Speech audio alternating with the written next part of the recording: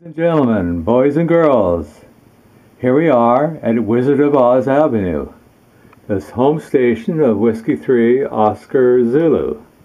My name is Larry Wassman, and I'm the chief operator here. And you're very special because, as the sign says, nobody gets in to see the wizard. No, nobody. Not no how. But since you're special, we'll give you a tour today. As you can see, it doesn't rain every day here at my QTH. The sun is shining today. You see here the main console, 2 screens, and they are all controlled by keyboard, of course, and a mouse. And here's the processors that runs everything here at the shack. A Dell 8500. First thing we'll look at is the controller for the stepper and 3-element antenna out there with the 30 and 40 meter add-on. Below that is the DX Engineering antenna switch, so I could switch either that antenna on or a dipole if I choose. And then we have the Yaesu G800 DXA controller, which turns the antenna, and all these devices are controlled through Ham Radio Deluxe. And you see the control panel here. On the upper right hand side is my logbook. Underneath that is Spectre Plus, and I can just go over here and see what's on 178 right now. And as you can see, no real voices, just white noise. But if there were voices on there, you would see a graph going representing the band pass of whatever station I'm listening to. Next over here is Audacity recording, so I can make recordings off the air and play them back. And here's the rotor controller. And I can go up here, for instance, to a favorite, and let's say I want to go to Arizona. I'll click on Arizona, and you watch the antenna turning. You watch the dial here, and sure enough, it's turning the antenna towards Arizona, and you can see that, and it's pointing the way to Arizona, so I can talk to my friend Marty, K7GKN.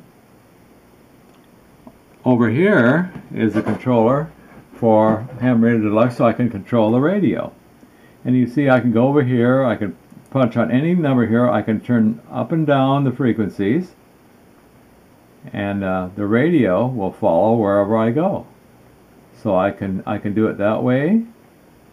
I can go down here, I can control various aspects of the radio, for instance the AF gain, the up and down, the RF gain if I want, and all these features that are possible. I can do any of these things that the radio is capable of doing, and I can program in special ones if I want down here. Change the tone of the bass and treble and all kinds of anything that you want to do, you can do through Ham Radio Deluxe. It's a wonderful program. You see here a fairly recent addition to the Ham Shack, my current microphone, the Electro Voice RE20 with the shock mount that it has and the popless filter. And normally it's in this position. And then over here we have the Power Master meter, Ray Solutions, and a little power supply that runs a lot of the 12-volt stuff around here. Over here we have the amplifier, the Meritron AL1500, running 18877 tube. Around it you'll see some black material that I use to try to absorb some of the noise that this amplifier makes so I don't transmit it over the air. I have a home-built little air scoop there made out of the same material, and a little fan that I use here so that I can keep this cool. Over here is the antenna buffer between the amplifier and the radio to make sure that I don't get anything that I don't want going to my radio, and then the little thermometer that's connected right to the amplifier telling me how hot I'm running the amplifier. Very concerned with not wanting to burn up my my amplifiers. It costs a lot of money to replace that tube. And here we have the rack with all the electronic or audio equipment. Starting at the top, you'll see a power supply and a little power meter that's there with it. Right underneath that is the FX machine, the Virtualizer Pro. Under that is the Tube Ultraflex. It puts a little bit of tailoring to the audio. Two other boxes I have underneath there is a feedback destroyer and a compressor pro, which I don't currently use. And then I have a Ultra Patch Pro, which so I could switch things on and off if I could patch them using patch cords to patch things on and off. Then I have a couple speakers that are connected to the radio, so I can listen to the radios live if I so wish. And then we have the mixer. It's a Behringer MX1604A. I'm currently using 3 channels on it. As I speak, you can see my audio being recorded on the little meter here. And below that is the Behringer Ultra Curve Pro 2496. It does all the EQing and a lot of other functions. Below that is my current radio, the ICOM Pro 3. And right now it's on 181. Normally it's on 178. That's where I hang out a lot. Underneath that I have my backup radio that I use mainly for 2 meters, which is the ICOM 746 Pro. Works very nice for that. And underneath that I have another rack rider power supply. And just below that I have 2 Behringer Sharks. The older version DSP 110 and then the newer one FBQ 100. And I daisy chain them together so that I can get enough gain into the rack system to make the RE20 more usable for amateur radio. I have a stereo system here, so I can listen to music if I so desire, or play audio off the air listening to hams. Underneath that I have another EQ. I'm not currently using it, but it's a parametric EQ. I could use it if I wish, but I don't need it at the time. And underneath that is an Astron 35 amp power supply. That's pretty much the rack and the equipment. Now just to show you a few other little things I have in my shack. Of course my musical instruments, my electric guitar, my fiddle, my as you can see there, that's my my guitar, which I'm not very good at. And of course my cowboy hat I have to have on when I'm playing.